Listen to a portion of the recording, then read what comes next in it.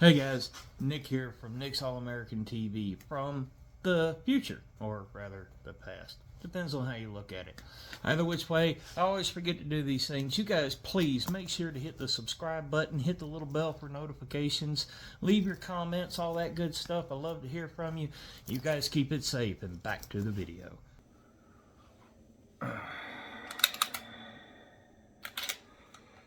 Oh, hey there, fellas. How y'all doing? Well, welcome back, my All-American fam. And welcome back to video 2 of Tuning 101. This is a beginner's guide to everything that you need to know when getting started in tuning. And just like with anything else in this world, when we start out on something, we got to learn the basics of it. Just like this little 22 here I was cleaning up for my dad. You know, a lot of things in life can be related to when we start something new. And when we start new things, we got to start off in the basics, just like this little 22. We got to start off with the basics. We got to crawl before we can walk. We got to walk before we can run. And then when we do get to where we can run, if we trip and fall, well, we've already crawled and we've already walked, so we know how to get back up. So that's what this video is pretty much about. Today we're going to go over the foundations of tuning. Okay, and if you understand this video, if when I get done with this video and you understand it, then we have created a good foundation basis for you to move forward in tuning your own vehicle. And if you understand this, if you understand the basics, like the basics of a 22, if you understand the basics, okay, then everything else becomes way easier, way easier. You know, we need to know a few things. We need to know what tools we're using.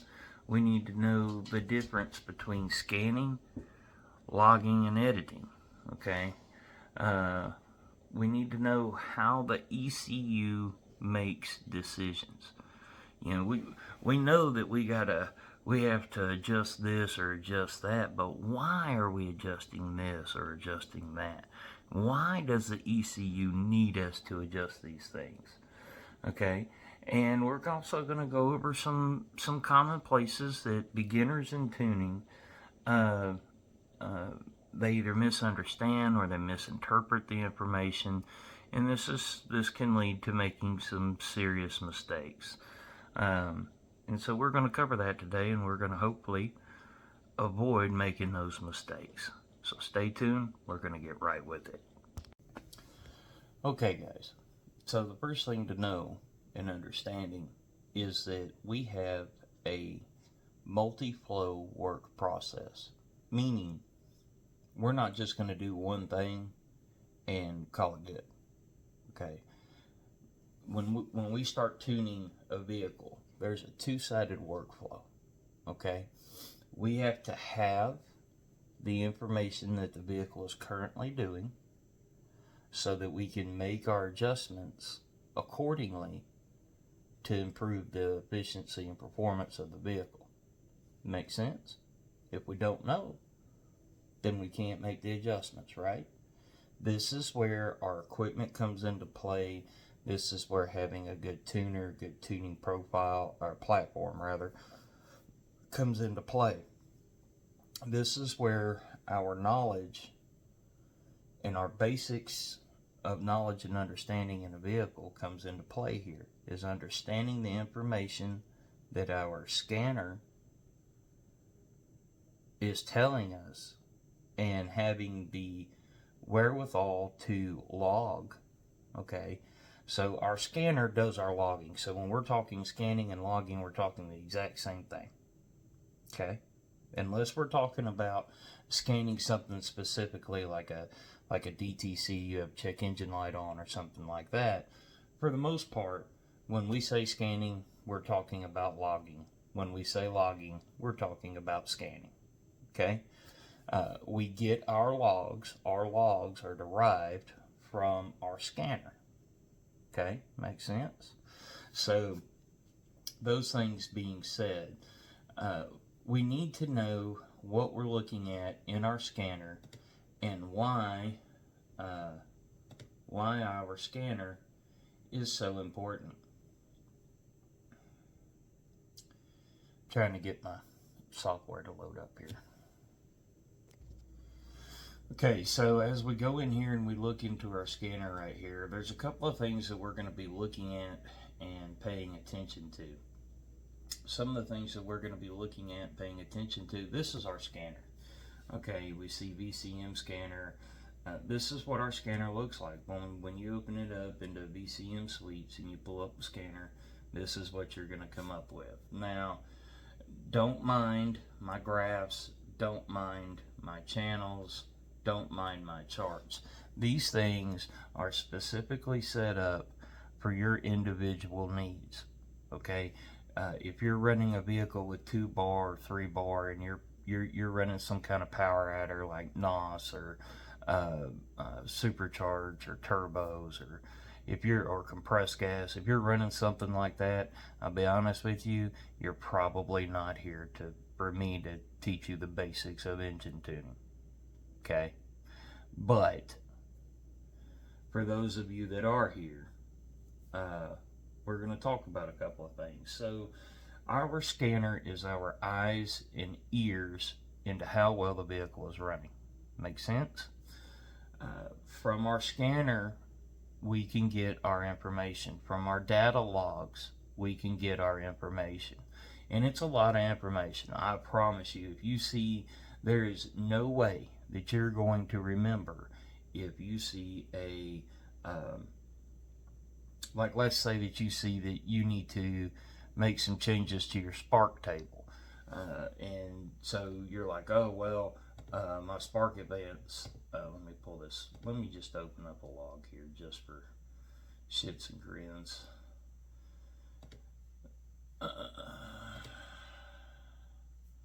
So when we open up our log here and we're looking at this, we may see that we can make some changes to our spark table here. We have a spark advance table. We have our spark retard table. Okay, we can see that it was pulling a few degrees out right here. We have our long-term and short-term fuel trims. So here's long-term, okay, and here's our short-term fuel trims. Okay, see, we're taking some fuel out, adding a little bit in here and there, but you know, we're getting there. Okay, so that's some things that we're looking at there. We are also going to be looking at our MAP curve. Okay, so when we look at our MAP curve, we can look at we can look at our MAP curve here. I'll go to 12,000.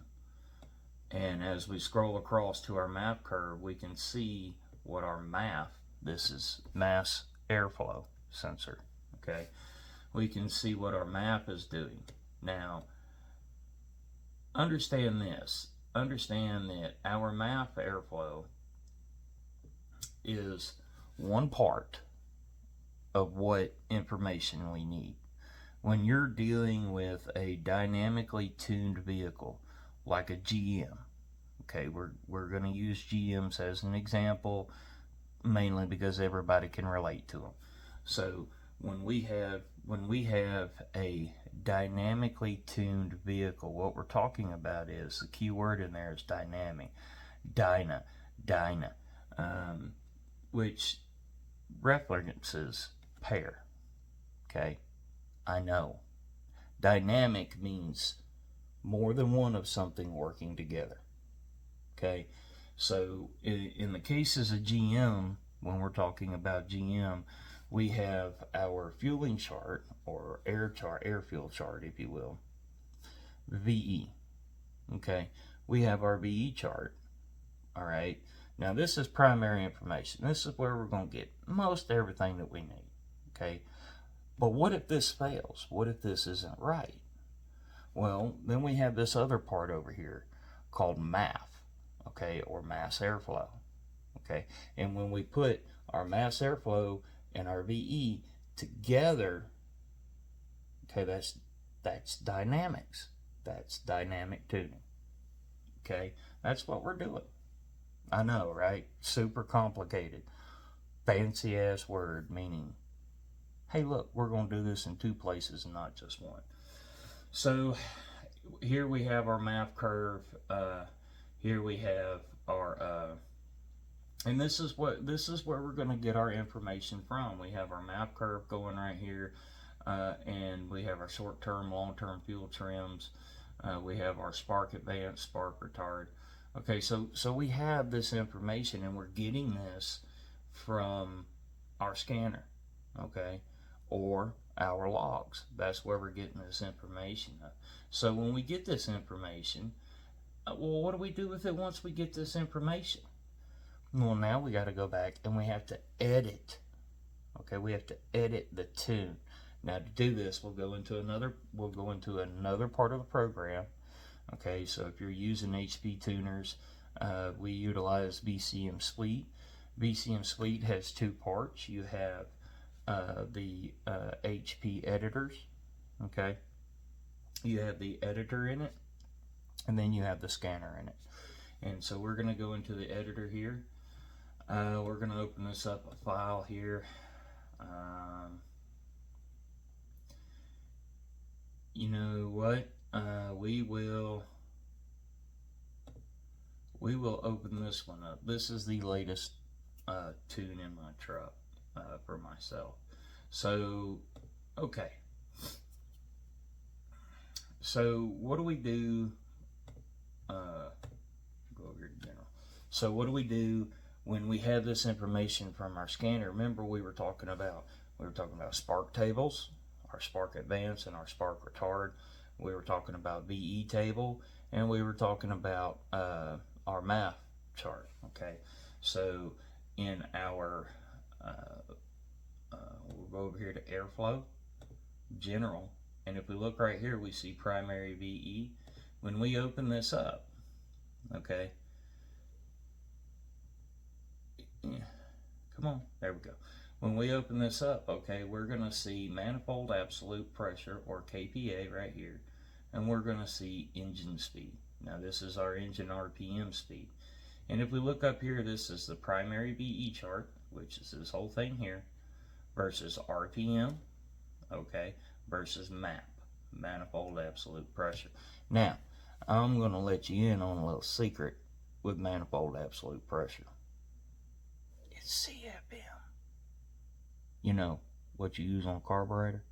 Well, I got a 750 CFM double pumper carburetor.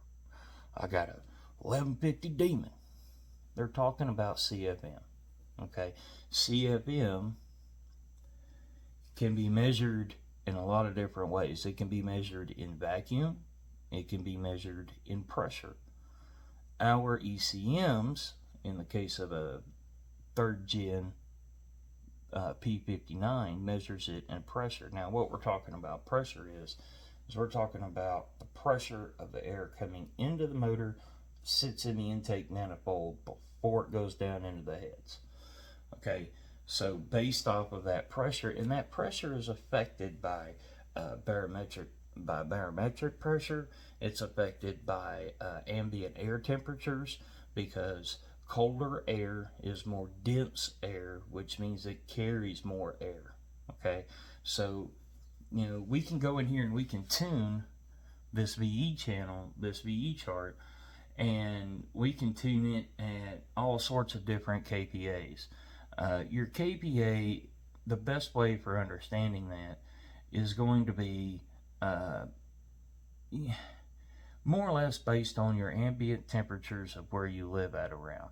So if you have a vehicle that is only running on VE and it is tuned, say in Florida, okay, if you were to take that car running solely on VE and try to drive it to, say, Lake Tahoe in Reno, Nevada, roughly about a little above 6,000 foot above elevation, compared to Florida, which is at sea level, okay, you're going to have some issues. The car's not going to want to run right. It's just not. And that's because it is almost impossible to tune a vehicle for every known condition that it's going to be in. We can get it close. We can get it as close as we can. But it's really hard. If you don't live in an area that you deal with those temperatures, it's going to be really hard for you to tune those colder climates, or those more inclement weather. Makes sense? So that's something to think about. Moving on here. So anyway, so if we need to make changes to our VE chart, we can go into Engine, Airflow, General, Main VE, and there's our VE chart. Now, and the same thing goes if we have to make adjustments to our math. We pull up our math table here, okay, and we can pull this up in a split like this right here, and we can, let me make this a little bit bigger here for you guys.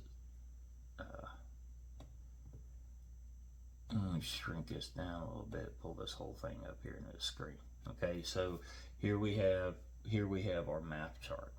Okay, and what we're looking at here is as our throttle blade opens and our engine is bringing in air, okay, we see the amount of air flow increase. Okay, a vehicle's primary bloodline is its airflow. That's what it is. So what are we doing when we look at when we take our information from our data logging and we apply it in these different charts and these graphs that we see here? What are we doing? Well, we're tuning. It's exactly what we're doing, is we're tuning.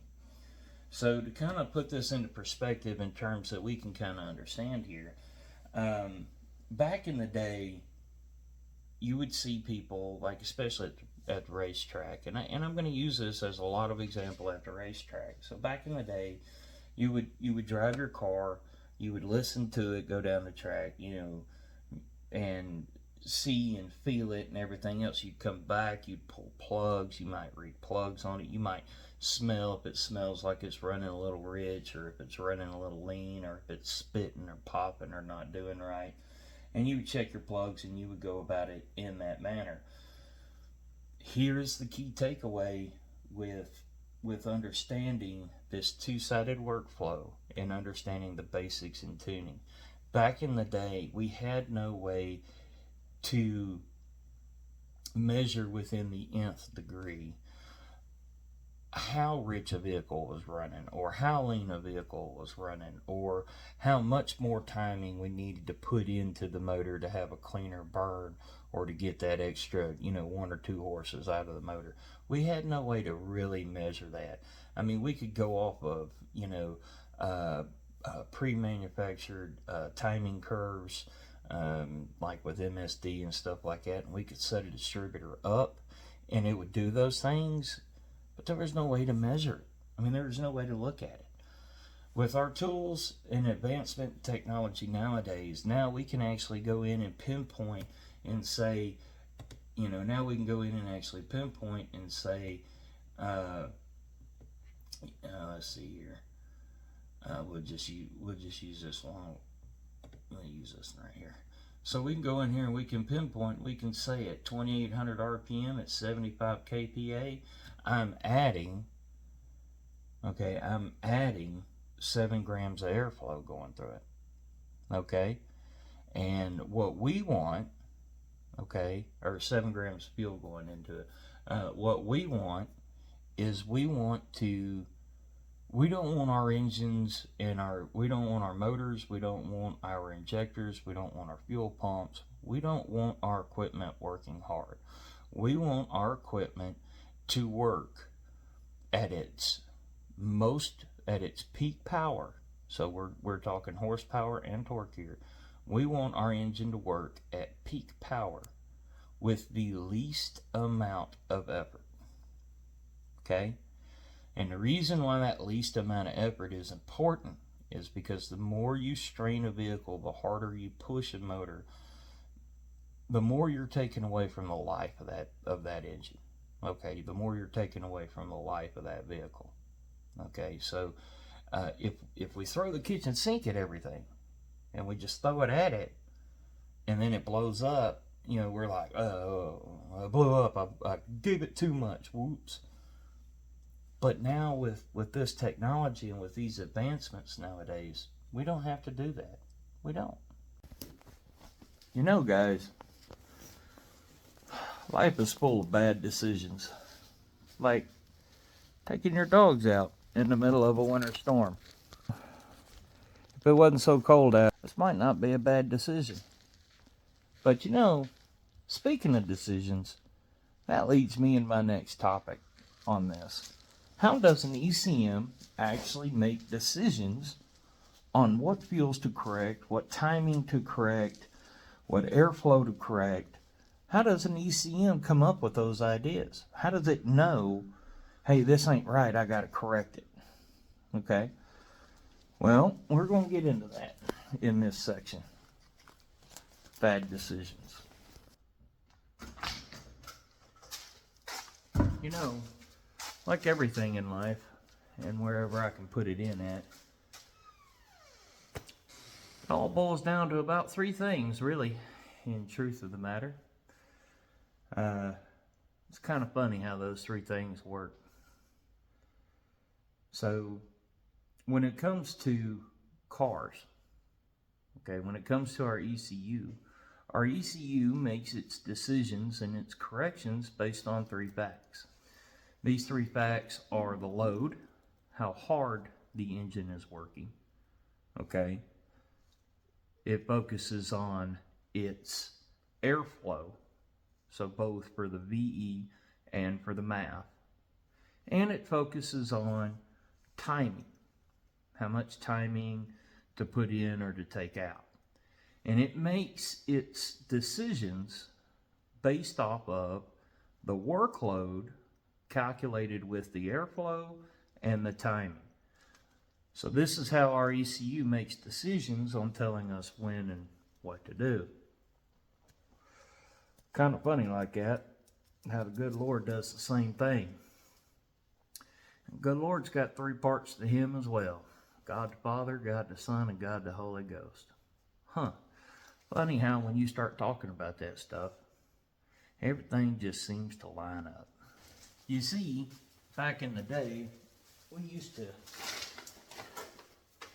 do things in order to be able to check all this stuff. You know, back in the day, we used mechanical distributors, we used carburetors, we would change jets, and we would change springs, okay? And we would do all this stuff based off of what we could read on the vehicle when we were done driving the vehicle. We could not make changes while the vehicle was performing. So we couldn't take real life data and apply it because we didn't know it. We didn't have a way to see that. Our ECUs okay, let's look at it this way. A mechanical distributor, whether it's vacuum advance, mechanical advance, whether it's electronic or not, all distributors have a finite curve that they can put timing in and take timing out. And however you have it adjusted, that's the rate in which the spark is going to go in or come out. Now, in modern day times with an ECU, our spark tables are able to read and adjust hundreds of times a second based on our load, our airflow, and our spark needed. So, and that's just one example. The same thing can be said about carburetors.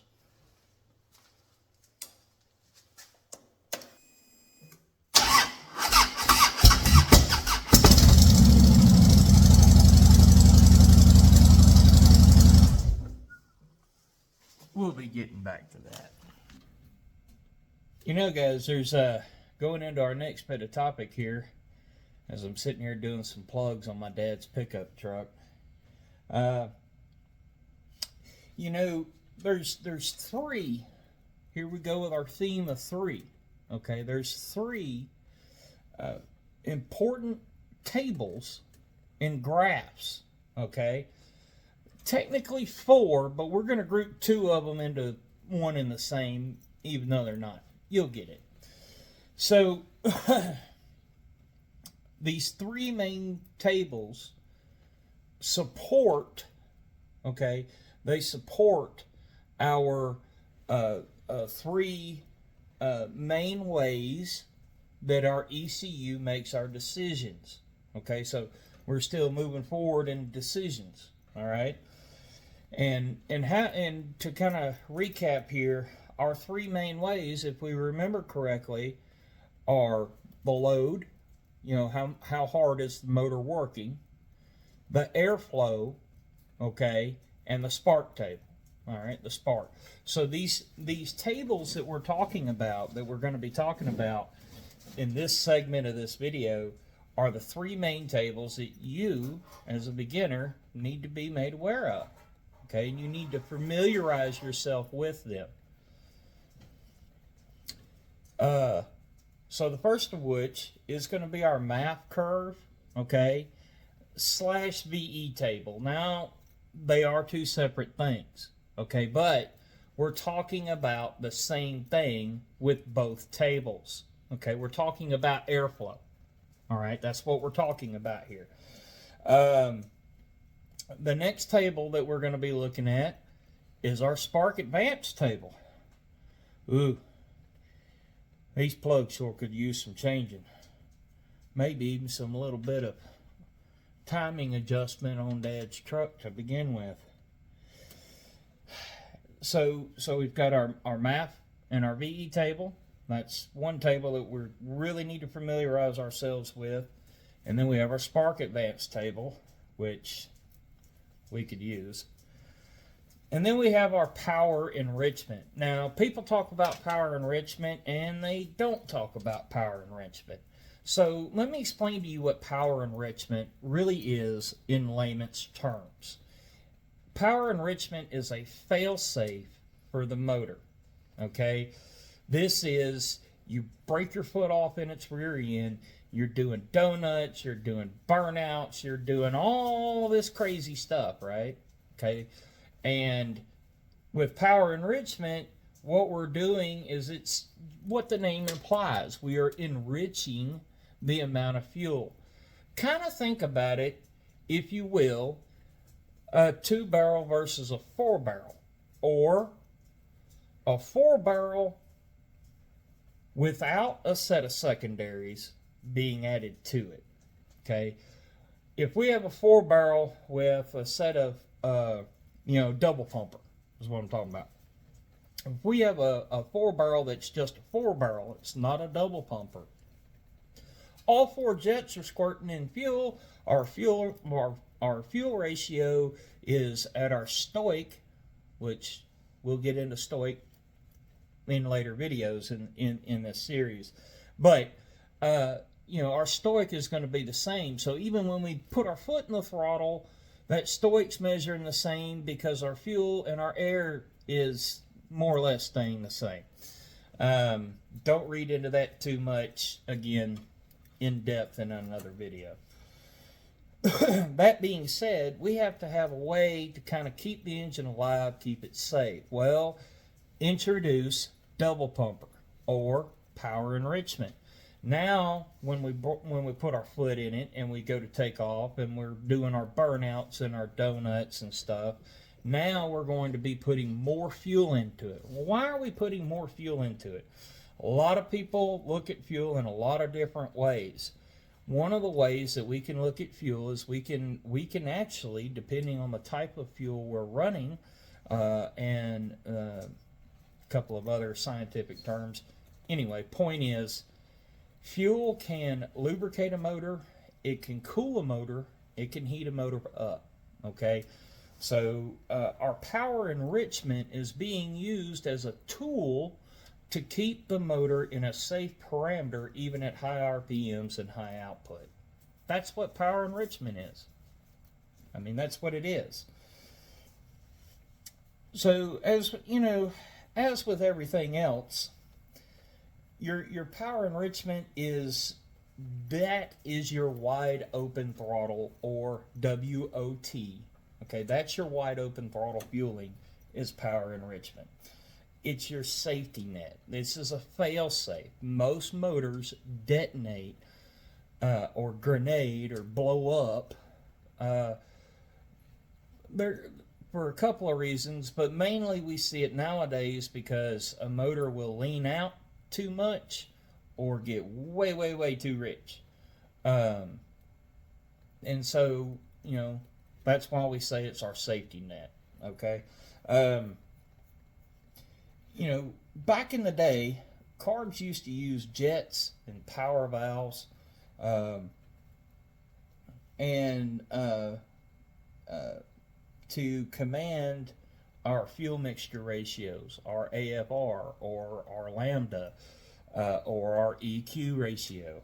Okay, whatever name you want to put on it. And that being said, you know, that's what we used to do back in the day, and we used to use jets and power valves on carburetors to do this with. Make sense? Nowadays, we use our ECU, we use our O2 sensors, we use our lambda or wideband sensors, and we also use our MAF, MAF, mass airflow, and our MAP,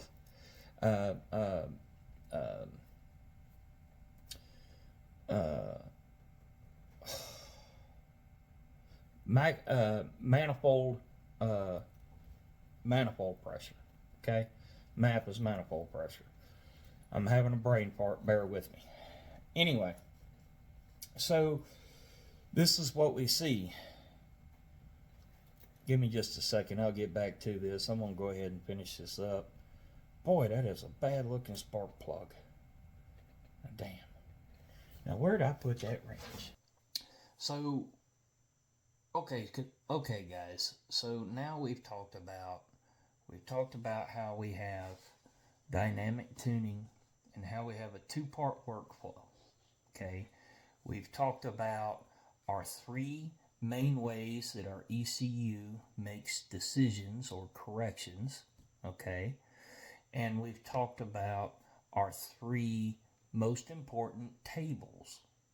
Okay, we've talked about our three most important tables that we're going to need to understand and familiarize ourselves with as we go throughout the tuning process. We've talked about these tables, and the tables are found in the editor. Okay, that's actual writing the tune. But before we can write that tune, we have to get our information. Now, getting our information is really quite simple. Getting our information,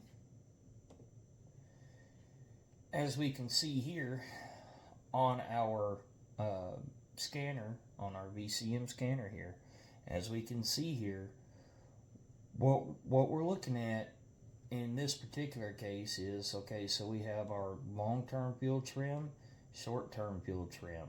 Okay, now if you look here, okay, what we're seeing here is we are seeing that I'm kind of sort of running a little bit rich over here, but I am really lean down here.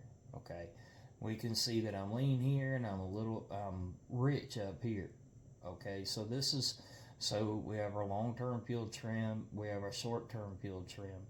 This is kind of our feedback loop. Okay, this is based off of our O2 sensors. Okay, also going off of this.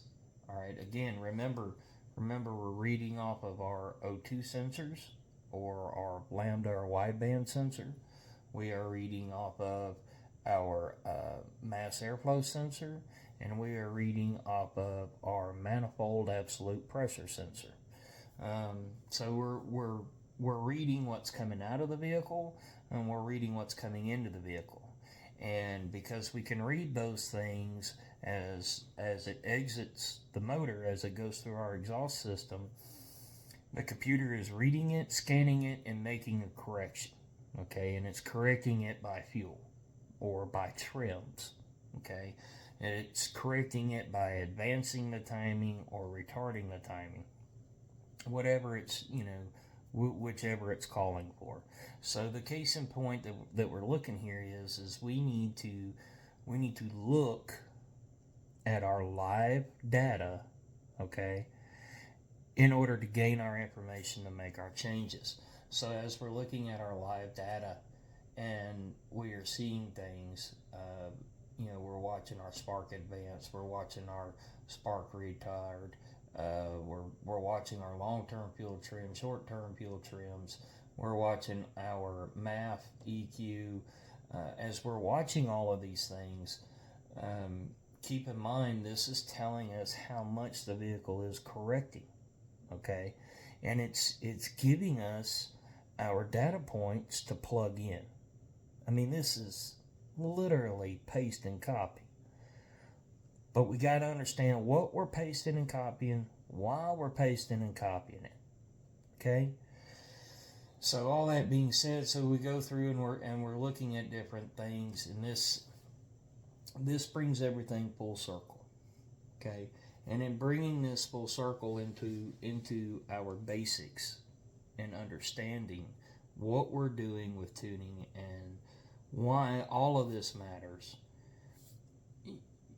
In this particular case, using fuel trims, because I've said it several times, fuel trims tell you if your airflow, okay, if your airflow graph, which is both VE and mass airflow, okay, if we see our short-term and long-term fuel trims in super excessive, having to catch the system and bring it back and make it run, in other words, it's doing a lot of correction and it's making large percentage corrections, okay, those short-term and long-term fuel trims are telling us where we need to make adjustments at. Okay, they're telling us what we can do. We can do this a variety of ways. We can do this by adapting our MAF, mass airflow, and by adapting our VE.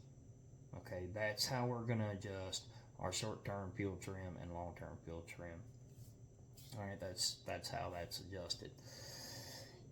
In any case, back in the day, bringing carburetors and distributors back into it, back in the day, you couldn't, the vehicle would not self-correct, if it will, because it could only run what you programmed it to do as far as the mechanical components. Certain size jets, certain CFM carburetors, mechanical advance, vacuum advance, your base timing in a distributor. Once you set it, there's really nothing you could do with it. I mean, you could fiddle with it, but you couldn't get super accurate with it and really dial it in. These ECUs and tuning gives us the advantage today that we didn't have back in the day. Don't get me wrong. My old school guys that are watching this, let me tell y'all got it going on. Y'all some serious dudes. That's some serious wrenching. I'm actually old school. Anyway, I digress. Okay, guys. So we've talked a lot this episode about all kinds of basic things that we really got to know and really got to kind of understand. I want to take a second and just kind of run some of the common mistakes that beginners make as we start to wind this video down here. You're going to hear people say that your power is in your spark table. Your power is in your spark table. And a lot of beginners, hey, I'm tuning my truck, I'm tuning my car, I want it to go as fast as humanly possible. I want all the horses, Mechanic asks customer, how many horsepower do you want? Customer response, yes. Don't go doing that. Not until after you get your airflow dialed in on your VE and your map. Let's get our fuel mixtures right, and then we'll go chasing after some stuff. Okay? Don't ignore your fuel trims. They are there for a reason. Okay? There's going to be 9 million videos out there of people telling you looking for this AFR error ratio or this EQ error ratio or this lambda error ratio. There's going to be all that stuff out there. Listen, I created a lot of confusion for myself when I started to overcomplicate things. Okay? And that brings me to another thing. You want to know what'll overcomplicate working on a vehicle? And it doesn't matter if it's tuning or fixing a part. That's changing too many things at once. Okay? It's changing too many things at once. And so if something's not right, or if a vehicle still doesn't do right, you've done changed so many things, it's hard to go back and pinpoint what exactly is causing the vehicle to do whatever it's doing. So keep your changes minimal, where you can keep track of them, so if something isn't right, you can go back. Okay?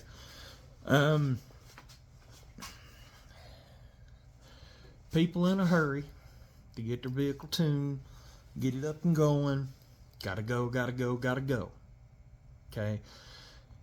And so what happens is they won't do enough data logging to get their vehicle where it needs to be. Now, we could be talking about a stock application. We could be talking about a high performance application.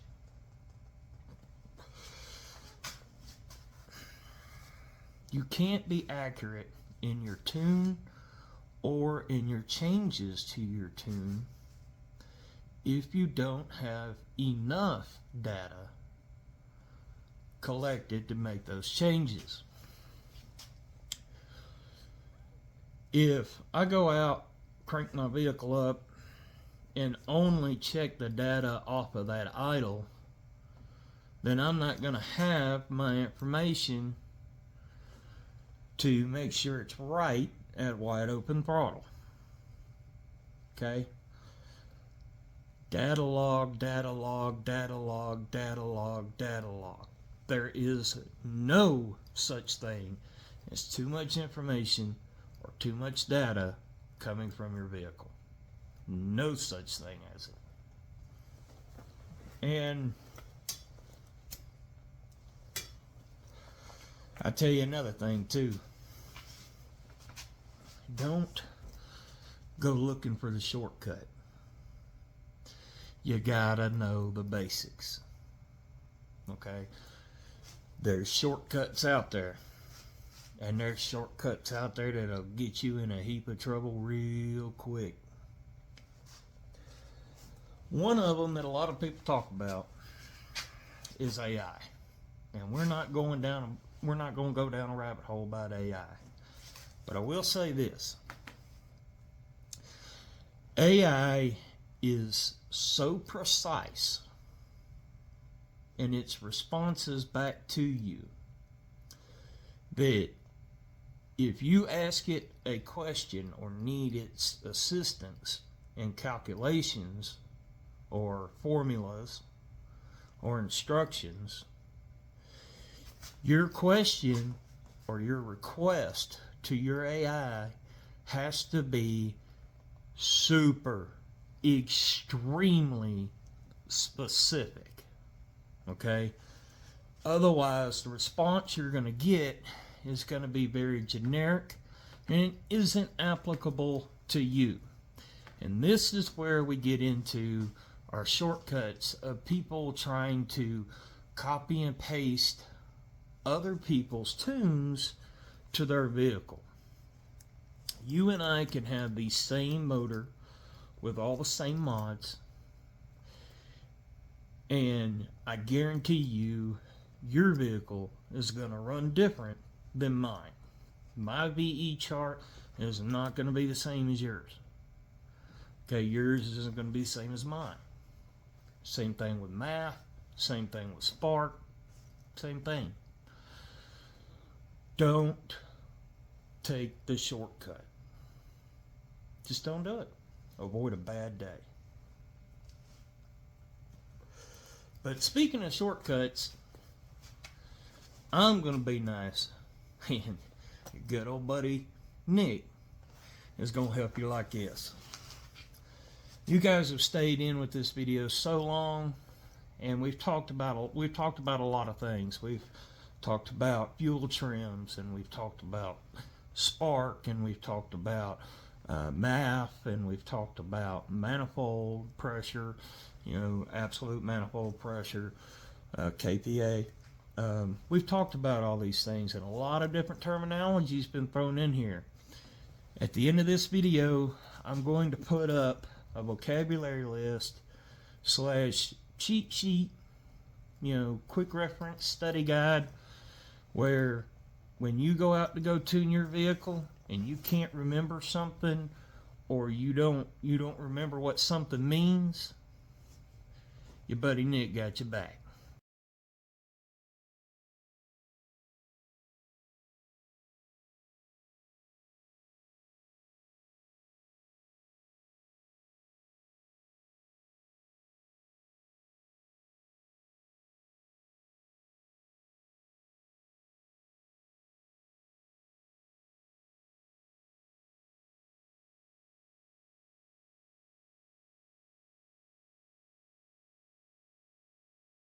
Because I'm going to give it to you laid out. Which leads me into my next thing that I want to do. Summing this video up. It's getting late. It's been a long day. And it's cold. Listen. The next video, we are going to do some actual data logs. We are going to make some actual changes to the VE, to our math. We are going to do some real tuning in our next video. We're going to start diving into it. We're going to start getting into collecting our data logs and editing our tunes. Okay, so that's what's coming up next in the next video. I hope you guys get ready for that. If you saw anything, or if there was a section of this video that seemed to not quite click or resonate with you, put it down in the comments. If you guys want to go over something that I talked about more in depth than what I did, again, put it down in the comments. I want to hear about this stuff, okay? My goal is to help you guys, and I want you guys to be as successful as possible. I love you, America. You guys make sure to stay safe out there. Keep your shiny side up and the greasy side down. You got the one, Airborne. We'll catch you on that turnaround. We gone. Bye-bye.